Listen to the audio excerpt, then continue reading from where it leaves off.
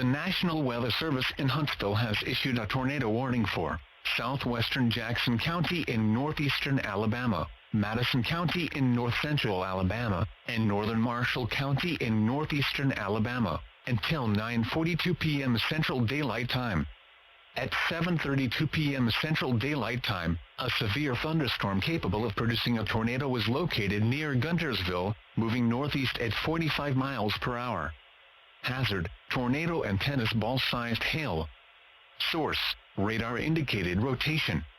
Impact: flying debris will be dangerous to those caught without shelter. Mobile homes will be damaged or destroyed.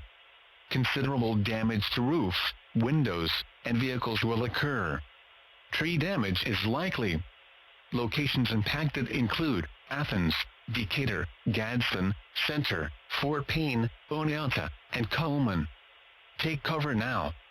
Move to a basement or an interior room on the lowest floor of a sturdy building. Avoid windows. If you are outdoors, in a mobile home, or in a vehicle, move to the closest substantial shelter and protect yourself from flying debris. Heavy rainfall may obscure this tornado. Do not wait to see or hear the tornado. Take cover now.